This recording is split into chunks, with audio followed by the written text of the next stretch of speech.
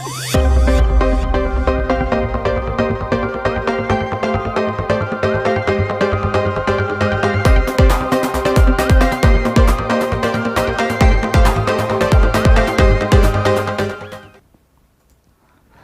Omweri in Minneapolis. Welcome our viewers in North and South America, and also those who are watching us across the world. You are live at KDRTV studios. Let me take this opportunity to thank the viewers for finding time to watch various interviews conducted by KDRTV. For those who are new to KDRTV, we are an independent media organization. Please follow our website at www.kdrtv.com and KDRTV News to stay in the loop. Please partner with us by subscribing and following us on social media platforms. And today, we are really very happy again to welcome Professor P.L.O. Lumumba on our weekly show. This is just a snippet of the upcoming tour by Professor P.L.O. Lumumba in the US. Thank you very much, Brother Omeri, for inviting me once again to share my thoughts with you through your medium, which I believe we have an obligation to support as Africans, both in the mother continent and in the diaspora. Thank you very much, Professor. Yeah. So, Professor, this is again KDRTV Diaspora Dive Show. How is Kenya? We are fine as fine can be. In the midst of a pandemic, you will have heard from the media that we had a lockdown in Nairobi and its environs, but that has now been lifted as at the first day of May. But the pandemic still continues to ravage, and all the protocols are in place, and we strive to observe them, as the government also labors under a very depressed economy. And of course, individual household economies have also suffered and continue to suffer in a very devastating way. They are sad times that we live in now. I appreciate that, Professor. I hope that you're also taking care, and we're praying that the government continues to do the due diligence to ensure that the citizens are safe. Yeah, everybody is doing what they humanly can, and that is the best that we can do. Thank you very much. Okay, Professor, our first question is, you have an extensive tour of the U.S. slated for July this year, courtesy of One Voice Consortium and the KDRTV Media Studios. Can you tell our viewers what exactly you are up to? So many professors, the academia, professionals from all walks of life, and the general public are really yearning to hear and watch your presentations. What will you be offering them, Professor Lumumba? There is an Igbo saying that you do not dance yourself lame before the main dance. So there is a sense in which one can only give, to use Hollywood speak, a cameo preview. But I believe that my tour, if it happens in the month of July, will provide me with an opportunity, and those who will accompany me, to interact with our kith and kin who are resident in the United States of America, in different parts of the United States of America, and engaged in economic and related activities. You will know that many African countries, particularly during this pandemic, have been helped in a monumental way by the sons and daughters of Africa who are resident in the United States of America, in Europe, and in Latin America. And there is a sense from where I sit in which we as a continent have never quite appreciated the contribution that is being made by those in the diaspora. I see what I consider to be salutary appreciations. But when one comes on the ground, one begins to believe that governments can do more, or that private sector can do more, that civil society can do more, that academia can do more in order to strengthen this bond between those who are in the mother continent and those of you who are in the diaspora. And I believe that when one gets the opportunity, as I will get in the month of July, one is not coming there to pontificate. One is not coming there on the assumption that they have monopoly of wisdom. One is coming there to listen and to understand, and in a manner of speaking, to put one's ideas on the arena so that they are cross-fertilized and cross-pollinated, in the hope that those interactions will not be sterile, but that they'll give back to something that we are then able to do on a long-term basis to improve the quality of the lives of Africans. That is what I intend to achieve. And that is why, therefore, the issue of relationship or harnessing the relationship between the diaspora and the mother continent and harnessing hope beyond limitation. It is our own Wangari Maathai who said, and I agree with her, that we must dream and dream big. Only then can we achieve. To follow up with that particular question, the leadership of One Voice Consortium led by Dr. Robert Shuri, they are really burning the midnight oil to ensure the trip is a success. And the information I got on my table, oh my, this will be definitely mind-blowing, heart, educative and consultative forum for the African diaspora to exchange ideas. So what value of importance is it going to bring on the table for Africa? You know, Bernard, let me tell you, when I look at the history of the continent, and sometimes one has to go back to history, and I look at some of the activities of the pioneering Africans, even those who are in the diaspora, I look at even some of the most casual thoughts and ideas of people like Garvey, people like Williams, people like Du Bois, people like Luther King. And then I look at the ideas of those who are in the continent, such as Nyerere and Nkrumah, Modibo, Kenyatta, to a certain extent, and others. You are amazed that without the luxury of the means of communication that you and me now have, they were able to articulate some of the most everlasting ideas for the continent. Indeed, I dare say that even those of us who now go out and talk about Africa, we are merely building on the foundation stone that they laid. And what was that foundation stone? That once we have regained our independence as a people, it is incumbent upon us to use our privileged positions to midwife processes that will improve the quality of the lives of the people of Africa.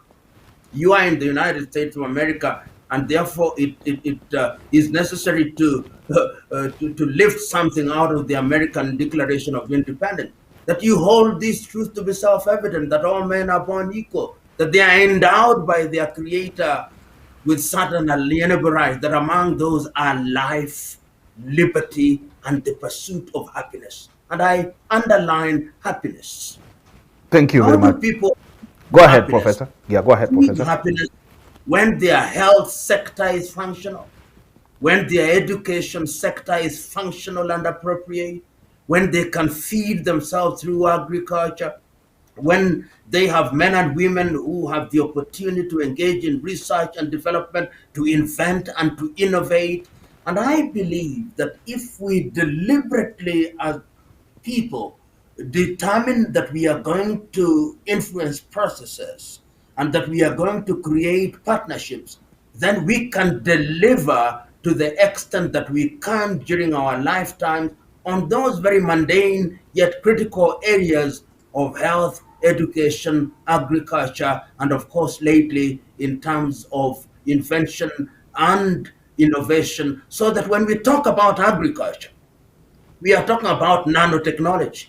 We are not talking about agriculture as was practiced by our forefathers and as is being practiced in different parts of the world. When we talk about a crisis such as these, we are not beholden to the conceptual West to get the vaccines, that we have the capacity to do so. And I believe, and when I have had occasion to talk to the men and women who are organizing this particular visit, particularly Robert, one gets the impression that there is great passion, there is great desire to deliver. And I feel honored and privileged that I've been asked to participate in this process. Thank you very much, Professor. Ambassador Dr. Arikana Chihombori is a proponent of African unity. She has been urging the African diaspora to come together and forge a common front. And she's put it precisely on the title of her book, Wake Up from Slumber, 400 Years, Free Yourself from the Mental Shackles of Slavery and Colonization. Do you concur with her that the African community is still colonized? And if so, what's your take on her narrative, Professor? You know, I can't agree more with my sister Rikana Chihombori Kwao. And I just want to give you something that happened recently in the last few weeks. The president of Chad, Idris Deby Itno, died. And if you look at the funeral process and you listen to the French President Macron, he is addressing Chadians as if he is addressing the province of France. Contempt, condescending. In their minds, the freedom that you have means nothing. If you look at the recent engagement between the US Foreign Secretary and the President of the Republic of Kenya, Uhuru Muigai Kenyatta, and the President of the Federal Republic of Nigeria, Buhari, do you think that the President of the United States of America would receive a call from our foreign ministers? In other words, there is a sense in which Western Europe and progressively even China still think that we are little boys and little girls. And to a certain extent, we allow it. I remember at one time, President Nyerere, President Nkrumah, and President Kamuzu Banda said, if you treat us with contempt, we are going to treat you with contempt. We need a crop of leaders in the political arena in Africa who can do that. In the recent past, there are only a few leaders that I've seen do that. I've seen Nana Akufo-Addo in Ghana do that. I've seen the late Joseph Pombe Magufuli do that. I've seen Paul Kagame do that. To a certain extent, I've seen Yoweri Kaguta Museveni do that. But the rest of our leaders do not come up and come out as firmly as they should. And I think that it is important that we are out speaking truth to power. And I therefore can't agree more with my sister Arikana that at the leadership level, there is a problem. At our own level, even in the academy, we also have a problem. Because of our training, we sometimes behave as if we are inferior intellectually. And we are so inclined to think that our Western. Today, we are arguing, for example, during this COVID period, we are arguing which is better. Is it Moderna? Is it Pfizer? Is it Johnson & Johnson? Is it AstraZeneca? Is it Sputnik? Is it Sinopharm? There is not a single vaccine from the continent of Africa. And when we talk about fast food, we are complaining about Kentucky Fried Chicken and McDonald's. In other words, as Ngugi wa Thiong'o properly put it, we must decolonize our minds as a condition precedent to recognizing our self-esteem in order to contribute to processes. But I think, and this is the positive thing, but I can now see even the younger generation beginning to find some sense in what people like Martin Luther King Jr. said, people like Malcolm X said, people like Thomas Sankara said, things people like Nyerere said, Nkrumah said, Marcus Garvey said, Modibo Keita said, and that is a good thing. In other words, we are beginning to wake up from the slumber. But the sleep was so deep, almost comatose, that sometimes we relapse. And our duty is to ensure that we never relapse. Thank you very much, Professor. For those who have just tuned in, we have Professor P.L.O. Lumumba on the African Diaspora Dive Show. Please subscribe to our KDR News channel so that you can get more information and what is actually trending in Africa. So, Professor Lumumba, this question is a little bit heart-wrenching. Please accept our sincere condolences and utmost deepest sympathies to your family and to the family of your friend, Dr. John Pombe Magufuli, and the Africa community at large. Let's observe a 30-second silence in his honor.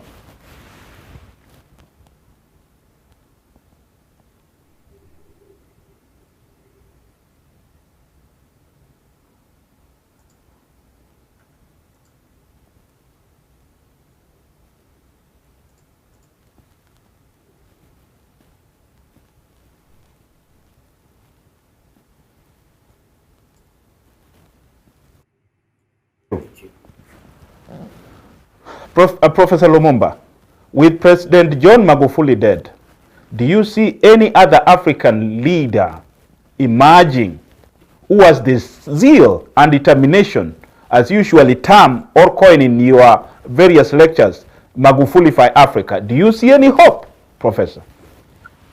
Oh, hope can never die. And let me tell you, the reason why I think that Africa must remain hopeful is because they are good African leaders. But because we don't tell our story, you only hear the negatives. If you listen to some of the leaders who are trying to move the continent in the right direction, of course, they'll always have their detractors and their enemies. That is to be expected.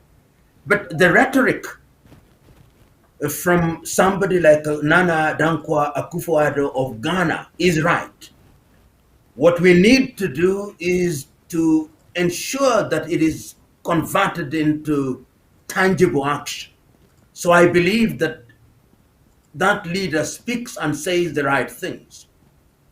If you listen to Paul Kagame of Rwanda, and he has no shortage of supporters and detractors, and you go to Kigali in Rwanda, and you can see that this is an individual, through his administration, has succeeded in liberating a country that was literally coming out of the ashes from the muck and mire of desperation. And I believe that Paul Kagame is a good voice. I also believe that recently I had a meeting in Lilongwe in Malawi with President Lazarus McCarthy Chakwera. And my conversation convinces me that his mind and heart are in the right place. About a month ago, before President Magufuli passed on, I was at a meeting which was addressed by the current president of Tanzania, Mama Samia Suluhu Hassan, and I also hold the view that Suluhu Hassan is going to be a new and positive addition to the continent of Africa, and is coincidental that she will be visiting Kenya tomorrow and will be talking to business people and the Kenyan parliamentarians. So one can say, without naming all of them, that they are good men and women in Africa, and therefore I'm not hopeless. In fact, I am hopeful. I hold the view that what we must do, in addition to what is happening in the political arena, we've got to energize the academy. The universities and the academies must not be ivory towers. The business community must be involved. The civil society must be involved.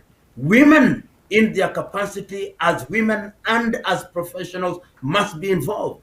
Younger Africans must be involved. And history has demonstrated not once, not twice, that there is direct proportionality to what the people receive as regards to what they demand, and they demand in a sustainable manner. So in a nutshell, I believe that people like John Joseph Pombe Magufuli may have been gathered to their ancestors, but their ideas remain alive. And that is why we used to say, and I can say, John Joseph Pombe Magufuli is dead. Long live John Joseph Pombe Magufuli, because his ideas are alive and will be articulated by those who who are still alive and improved upon, because it is the duty of every generation to improve on the good ideas of those who have been gathered to their ancestors, and of course to jettison the ones that were not very good. And that is what we are under an obligation to do in our lifetime. Thank you very much, Professor. This is a follow-up question. You know, there are some people in diaspora, some of them who might have listened to Dr. John Pombe Magufuli speak, and others have also listened to the opposition politicians criticizing him. You as a person, you as somebody who was actually close to President Pombe John Magufuli, and you visited Tanzania a couple of times. In 5 years, do you believe that Dr. John Pombe Magufuli never in any way borrowed money from outside the country to develop Tanzania? Do you believe that that money was basically in Tanzania and they used their own resources to build the country in 5 years? Perhaps let me answer your question in this way. Number one, it is the French philosopher Saint-Just who said, nobody can rule guiltlessly. You cannot. No matter how well you govern, there will always be people who will find fault. But fault finding in and of itself is not sufficient to detract us. If you want to determine whether a particular administration has done well, you go to the ground and look at the scorecard. John Joseph Magufuli governed through Chama cha Mapinduzi in Tanzania for slightly over 5 years. Let us look at the scorecard.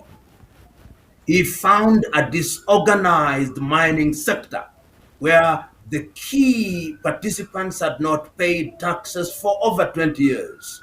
He organized that sector and they paid back taxes. And as I speak today, for the first time in Tanzania since last week, there is a factory in Mwanza that is now refining gold to gold standards. The miners will now tell you that that sector has been improved. He went into the area of agriculture and found that the farmers were not getting what they deserved in the area of cashew nuts. And that was also ordered in a proper way. He went into office, and this he told me personally, and he discovered that there were 14,000 ghost workers in the civil service. He went there, eliminated or exorcised the ghosts, and he went into the arena of improved tax collection. And when he did that, you now know that natural gas has been piped from Twara in southern Tanzania into Dar es Salaam, and they are generating 250 megawatts out of power.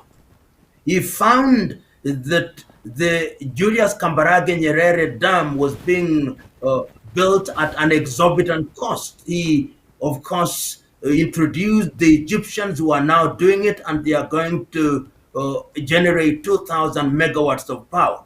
Tanzania had projected that it would be a middle-level economy by the year 2025. By the year 2020, 5 years in advance of the projection, the World Bank did declare Tanzania to be a middle-level economy. So when you want to say whether his administration was successful or not, you look at the evidence on the ground. You look at not only the GDP, but you look at what elsewhere has been described as gross national happiness. Does that mean that there are people who are unhappy? Of course, there are people who are unhappy who say that he was a little bit intolerant, that he was a little bit too stringent on the opposition. But overall, as John Garang Dimabio used to say, and I agree with him, as you walk along the avenue of progress, you accumulate good things and bad things. Always ensure that the basket of the good things is heavier than the basket of the bad things. In the case of John Joseph Pombe Magufuli, I believe that the basket of the good things is much, much heavier than the mistakes that he made, as we all must. And we all do so sometimes wittingly or unwittingly. And when we make mistakes, it is noble to say, mea culpa, mea maxima up.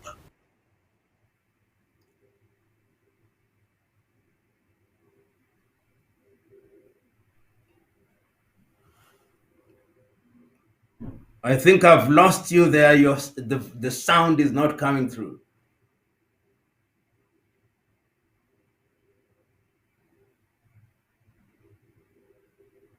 We have a sound problem there. Okay, let me check in a single second. I can hear you now. Oh, you can hear me now. Thank you very much, Professor. Okay, Professor Lumumba, what do you think the African diaspora should do to jumpstart progressive development agenda and value addition initiatives in their native continent? And what do they really lack to ensure it's done? A number of things. First of all, let us start with what has been done. The African Union, which doesn't do very much, did recognize the African diaspora as the sixth region. If you look at the cumulative income of Africans in the diaspora, conservatively, I think it is nearly 1 trillion United States dollars. And we are talking about a population of nearly 250 million, which is the second largest population of Africans anywhere outside of Nigeria, and followed by Brazil. So you are talking about an income that is almost the equivalent of the GDP of a country like Russia. That income comes into the continent through remittances that you are familiar with. And the difficulty that many people in the diaspora now have is that when you come back home, in the different countries in Africa, the tax regimes are unfavorable. The legal regimes are unfavorable. And the entire environment that would accommodate commerce and industry and innovation is generally unfavorable. So what should be done? I think that there should be deliberate engagement of the African diaspora by governments. And this is how I understood, for example, the role that my good friend Arikana Chihombri Kwao was playing for the African Union. So the African Union was coming to the United States of America and say, we have a representative here. Let us look at things as Africans and let us identify and prioritize the things that are going to contribute positively to Africa. Number one, we want investment in Africa in certain areas. Is it agriculture? Is it in the mining sector? Is it in the banking sector? Is it in research and development? Is it in the pharmaceutical sector? Is it in the education sector? Is it in the agriculture sector? So that all those areas must be identified. And you see, brother, as we speak now, if you look at Africa Agenda 2063, which is based on 7 pillars, there are a number of things that have been identified as capable of catalyzing the development of Africa socio-economically, culturally, and politically. Politically, because political stability is a prerequisite to realizing socio-economic development. So the diaspora, in my view, is sufficiently organized. If you look at the diaspora in the United States of America, in Latin America, in Australia, in Europe, and elsewhere, one sees organization. And I believe that African government should now work on that organization.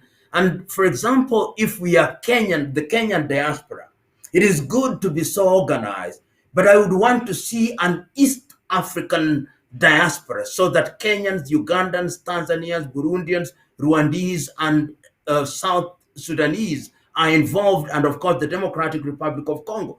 I would also want to see our brethren in SADC, our brethren in ECOWAS, our brethren in Central African Republic, our brethren in the Maghreb.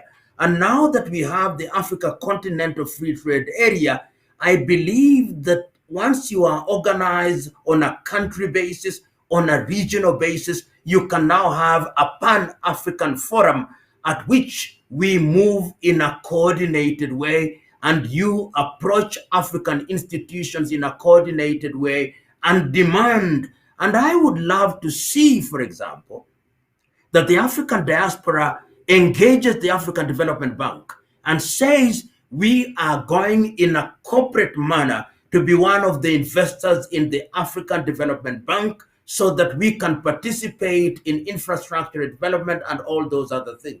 There are so many things to be done, but you need pan-African institutions that are crusading in the approach. The African Union is very weak in this regard, but I look forward to the day when it will be strengthened, and in the context of the African Continental Free Trade Area, some of us are beginning to engage these institutions and telling them, let us organize, organize, organize, and we don't stay on the drawing board for too long. Let us begin to implement things. I know, for example, there is an African American who is a friend of mine called Rosenthal.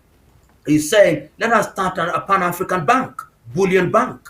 Let us have a Pan-African rating organization so that we don't have Moody's declaring our economies to be junk. We can have African-based institutions, and then we will influence African processes in a positive manner. Thank you very much, Professor, for that insight. Now, let's go back to Kenya. You know, let's now be a little bit local. Yeah. Thank you. Okay, let's talk about the BBI process in Kenya. I know you are completely against this particular document. I have, first of all, let me be charitable. Okay. That after the disputed elections in the year 2017, political rapprochement was necessary, and it happened, and there's been relative calm in the political arena with a defunct opposition, so that essentially we are a country that is running without effective opposition, which sometimes can be good if the government is clear about its agenda. But it has come also at a very difficult time. The COVID-19, as you know, has devastated economies, and Kenya has been no exception. Look at some of our more important sectors like tourism. The last time before COVID, we had 2 million visitors. The best we have done is 500,000. So the hospitality industry is in comatose with accompanying job losses. Look at the manufacturing sector, the horticulture sector, the flower sector. We're one of the biggest flower sellers in Europe. All that has come down. So that in itself has also affected the environment. The other thing that we don't say, when we sometimes compare this administration and the Kibaki administration, of course, the Kibaki administration did have greater fiscal discipline. This administration does not. But we forget that Kibaki administration did not have 47 governors. This administration is the administration that was implementing the devolved unit, and you've introduced these 46 governments where theft and embezzlement and misuse of funds is rampant except for very few. And in that environment, unfortunately, in my view, in order to address what I consider to be very short-term political interest, we now have the BBI. Why do I think that the BBI is a bad idea? I think the BBI is a bad idea because the things that they seek to achieve are essentially to address short-term political interest. And I'm not convinced that the declared intentions of the promoters of the BBI have been addressed in the document. Indeed, out of 10 politicians in Kenya, I hold the view that even 5 have not read the document. And I talked to enough of them to know that what I'm saying is not far from the truth. So that what you see is an attempt to create a very bloated government. Create the office of the president, the office of the vice president, office of a prime minister, deputy prime minister, create constituencies, top ups. You cannot in this day and age do that, particularly when your 2010 constitution has not been implemented and is going through the process of implementation. However, that is not to say that there are certain things in the constitution which can be improved. They are there. But I believe that we've got to identify them and do so in a manner that improves governance I remember in the year 2014, the Kenyan parliament actually did say and did mandate the Auditor General to examine the 2010 Constitution, and he did so.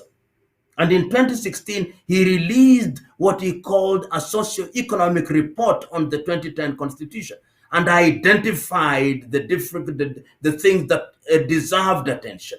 Those are the things that I think deserve attention. As it is now, the BBI is going to be a very major burden on the Kenyan economy. We will have, possibly relative to our GDP, if it goes through, one of the biggest parliaments in the world. We will have a bloated parliament. We will have a civil service that is bloated. We will have a very expensive government, which I don't think this country can ill afford. And those are the reasons why I have, in a very clear manner, made my presentation to Parliament and said, I think that this BBI is fundamentally a Trojan horse that is designed to achieve short-term political interests and is not addressing the mundane things that Kenyans are yearning for, particularly in the economic arena.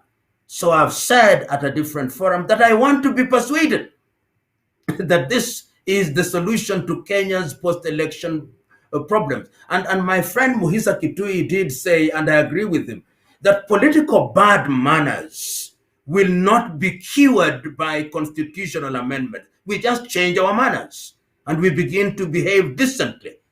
Otherwise, we will keep on amending constitution because we have mannerless individuals who are running government and political parties. As we are speaking, there are a little bit divisions even in the ODM party led by Honorable, the former Prime Minister Raila Amolo Odinga. We have Mr. Orengo and Dr. Tiende Amolo. A little bit, it seems like they are pulling the strings the other direction, and people like Junet and whoever, they are also pulling the other way. So, I mean, what is the ball of contention here? Are these people on the right track, or there are some serious issues? I personally hold that these things that we call divisions are actually not divisions. In a democratic dispensation, this should be a very healthy debate. The only problem that I see is that there are people who have said, we will never be persuaded. Whatever you say, we will never be persuaded. We are simply going to hold to a position. I hold the view that when you are in a democratic dispensation, you ought to be open to persuasion. So that if your opponent or opposite number comes up with a better idea than yours, then you have the humility to accept that that idea is superior to your own.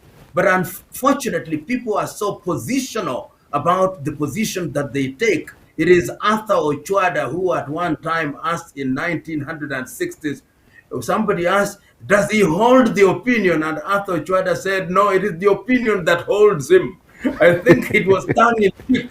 But I think sometimes that is the problem. We have people who are held by the opinion rather than them holding the opinion.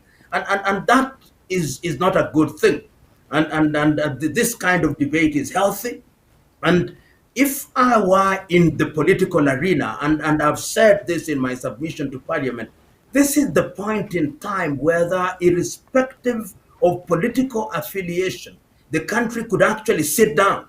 And we have done it before. You sit down at the Bomas of Kenya and said, do we really need these amendments? And if we do, what can we do? Must we do them in advance of the elections in 2022? If there are things that are good for the country, can't we deal with them a little bit better and deal with them beyond the election so that they are not bound by the election? And this is one of the things that we don't do in Africa. We behave as if our countries are going to be wound up. You and me will go to, will remain for posterity. And that is what we must encourage for the political class to look beyond the next election and look to the next generation. Thank you very much, Professor. We have so many people listening or watching us across the world, and they are sending so many accolades to you, Professor. Unfortunately, we might not reveal their identities because of security reasons nowadays. We don't want to breach anybody's security and bring their pictures. So if you are subscribed to, if you are subscribed to Professor P.L.O's Lumumba page or KDRTV page, it will be easy for us actually to see your name and your picture. But if you are not subscribed to either of the channels, we are sorry, we might not actually reveal your identity here. So next time, ensure that you are following Professor P.L.O. Lumumba's foundation page or his official page and KDRTV, so that we can actually see your picture, as P.L.O. Lumumba's picture is now being shown there. But thank you very much for your comments. We'll continue listening and watching. We'll continue listening and getting your comments as they come in. So, Professor Lumumba, this is almost, we are almost actually ending the discussion or the interview, but a few more questions coming in. We have serious divisions in the diaspora based on local politics from every country in Africa. People living in diaspora, that's what I mean. Can we have a cure for this disease? People in diaspora have carried their ethnic, chauvinistic ideals with them. Is it possible to break this spell? I believe it can. You are in a very unique position. Those of you who are in the United States of America or in Australia or Europe, unique in the sense that largely, as you compare to our continent, you have been able to see how the deployment of resources can help improve the quality of a people's lives on average. If you are in Australia, you can see how the taxes are utilized. If you are in Europe, largely how the taxes are utilized. In the United States, and you compare with our countries, and you see that we are underachieving. And you can see, therefore, that if we de-emphasize these ethnic differences and de-emphasize our differences and emphasized our strengths and areas of collaboration, then it would be a very good thing. Somebody asked a question recently and he said, you people are saying when you are in the United States of America, if you are Kenyan, you want somebody from your tribe to be the president. Now that you are in the United States, is Biden a member of your tribe? and you don't need your tribesmen and tribeswomen to be presidents. What you need are men and women who, when given the opportunity and the honor and privilege of serving, they will ensure that the quality of your life is good. They'll ensure that your taxes are deployed properly. They'll ensure that the environment is created, that the education sector is good, that everything is in a proper place. And I think that we who have had the advantage of formal education, sometimes we are part of the problem. The men and women in our rural villages who have no hope of ever being appointed as ambassadors or in any position, they don't care. It is us who remind them of these ethnic differences, and in a negative fashion. So in short, sharp answer to your question, I believe that it is our duty to identify the real issues that unite us. If we look at the things that divide us, we'll always find them. Look at East Africa, for example. You move from East Africa, you move from Kenya to Uganda, there is a different currency. You move to Rwanda, different currency. The same in SADC, the same in ECOWAS, the same in Central Africa. If we could move in the direction, take for example, and I gave an example, that we are going to create a bank, which is a Pan-African bank. And we are not going to start from the scratch. We are going to negotiate with Dr. Kinwumi Adesina in La Côte d'Ivoire to do this. And we pool our funds together. That will be a uniting factor. We are going to put together the African billionaires, and you in the diaspora, you have a pooling power. You invite Aliko Dangote, you invite Zawiris, you invite Patrice Motsepe, you invite James Mwangi, you invite all these free Masiwa, and you come there and you tell them, we in the diaspora are going to raise $1 billion. You match it up with $1 billion, and we address African research. We are going to put this money in the Center for Disease Control in Addis Ababa, Ethiopia. We are going to do this in agriculture research for seed propagation. We are going to do this to ensure that we have centers of innovation and invention. We are going to do this to ensure that we begin to assemble our own funds to use rare earth in the Democratic Republic of Congo. It is our duty. And I can hear through the vicissitudes of time the voices of people like Kwame Nkrumah speaking in 1963, saying exactly the same thing that I'm saying. I'm saying nothing new. I'm saying things that now make sense, but they were spoken 60 years ago. So one of the things that I think should happen is that we should try, as I've already said, and I say this at the risk of repeating myself, to de-emphasize the differences and emphasize the uniting factors. Arikana Chiombori Kwao, whom I've never met physically, but has now become my sister. We are doing things, we are beginning to do things in Africa. As I speak to you today, his ADDI has sent a gentleman from Nigeria who was with me on Saturday and Sunday to discuss how we are going to do things in Cape Coast, to discuss how we are going to do things in Lilongwe in Malawi, to discuss how we are going to do things in Kenya, to discuss how we are going to do things in Lesotho and Eswatini. And I believe once you come into that space, the idea that you are Ugandan is so immaterial. Right now, you are in Minneapolis, Minnesota, and the beauty, the freedom that you have had to create a television station in a foreign land, basically, is what you'd want at home. But you come to some of the African countries and you try to do what you are doing. It will take you 10 years, and you'll have to know some minister, you'll have to bribe somebody. These are the things that we don't want to happen, and it can. I would give an example, for example, look at South Sudan. The resources in that country, if South Sudan were to know peace, within 10 years, you'd be amazed. Right now, we are not talking about the situation in the southern Cameroons. If it were to know peace, if Nigeria, which is now going through a crisis, if Nigeria were to know peace, and if Ethiopia were to know peace, we are a population of nearly 2.5 billion. You suck only 1 billion of that population into consumption. You can see why China is beating the world, and each one of them spending even $1 a day. Africa would be in a very different space. We must unite. And I'm not talking, and I've said this and I'm repeating, when I talk about unity, it's not about the unity of the graveyard, where people don't hold different opinions. We'll have different opinions, but the dignity with which we mediate our differences is also a statement of our sophistication and a statement of our civilization.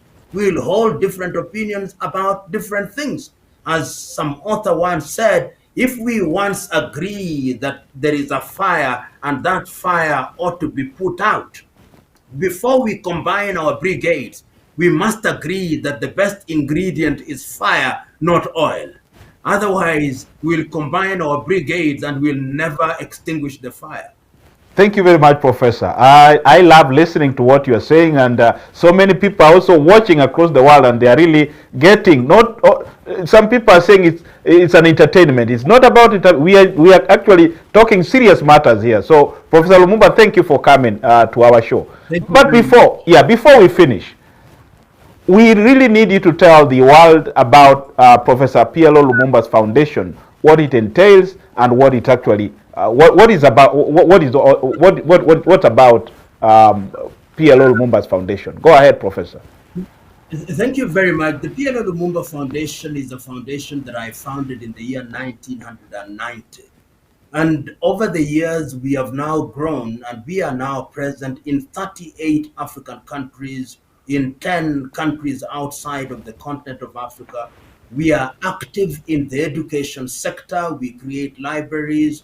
We are active in the agricultural sector through collaboration. We are now in the process of encouraging people to go into urban agriculture to improve the household food security situation. We work with communities in the health sector, and we also have mentorship programs across the continent. And what is amazing about this foundation is that we have never been supported by any donor. we generate our own funds, and that is the beauty of it. There are young men and women across Gambia, across Sierra Leone, across South Africa, Eswatini, Uganda, Tanzania, animated, paying their own money. 2 weeks ago, I was in Lilongwe in Malawi, and these young people paid their own money to have a branch, a chapter of the foundation put there in Lilongwe.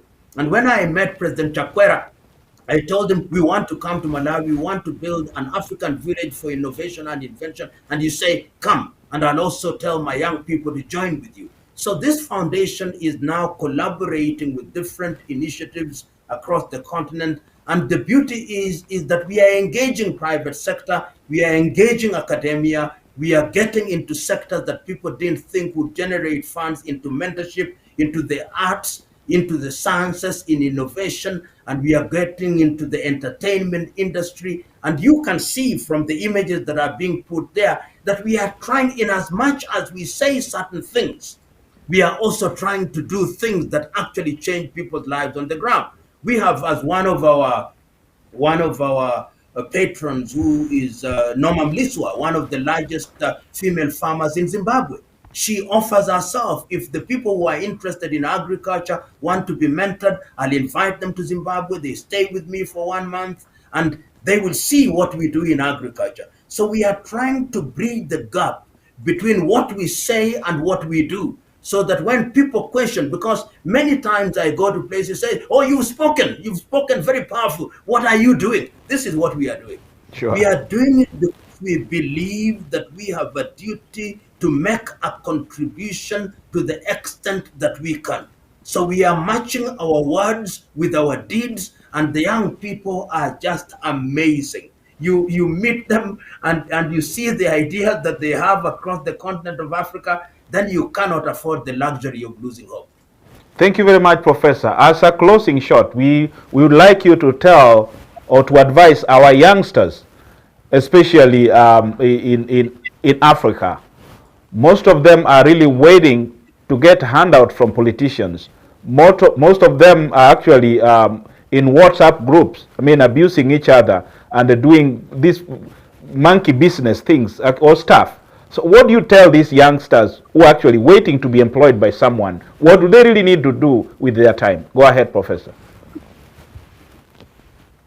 Any society that does not pay regard to its young men and women is a society that will never realize our potential. But those young men and women must be motivated, they must have self-esteem, they must not look to employment, they must look to create employment. And of course, some will be employed. So what I am asking young men and women is organize yourself. And I tell this to my young men and women, when you are at the age of 20, you must always have a personal 10-year development plan and asking yourself, where do I want to be 10 years from today? And you keep on revising it as you go. And we must remember as young Africans that we are not competing amongst ourselves. When you see these young Chinese who are coming into the continent now, they are between the age of 20 and 30. And these are the people you are going to compete with. The grass that we see that is green on the other side, only the day before yesterday, about 500 Africans were rescued off the coast of Libya, trying to cross over to Europe. The opportunities are here. The opportunities are in Africa, and I believe if you identify your niche, we of our generation have a duty to mentor you. So go out there and seek and discover and innovate. And when you do that, you'll be amazed at how satisfying it is. It can be done, it must be done, and it will only be done if you are focused and if you are forward looking and dedicated and sacrificial in the things that you do. For those words, and we now give you an opportunity to have a closing shot, and we are done. We don't really want to delay you. You need to go. You need to get home a little bit earlier than the 3 hours you're actually talking about. Bernard, you can never exhaust what to say when you are talking about something as important as this. But Sure. one of the things that I want to conclude with If Africa is to be great again, and it can be great again, it is our duty as Africans, wherever we are, those of us who are in the mother continent and those of you who are in the diaspora, to begin working as a team and identifying the things that we can do. If we do that, let me tell you, you'll be amazed at what we can achieve in all the sectors. Our duty now is that we must emphasize the things that unite us, the things that will give birth to the quality of life, and de-emphasize the things that divide us. If we do that, let me tell you, brothers and sisters, our ancestors will be happy with us, and the young men and women who will take over from us will have a firm foundation stone from which to start. Thank you very much, Professor Lumumba. Once again, thank you. Welcome to KDRTV. This is your place. This is your home. If you want to talk to everyone in the world, you are welcome. We'll not charge you, Professor. What you are doing to us, what you are doing to the African diaspora is really fantastic. Thank you very much. Let's meet next time. God bless. Thank you. And for that, we now we have finalized our discussion, our interview with Dr. Professor P.L.O. Lumumba. Up to next time, or till next time, when we'll be having another interview, please subscribe to KDRTV. Please follow KDRTV so that you can be getting more information when we are having live interviews or live shows. Thank you very much. May God bless you. Goodbye.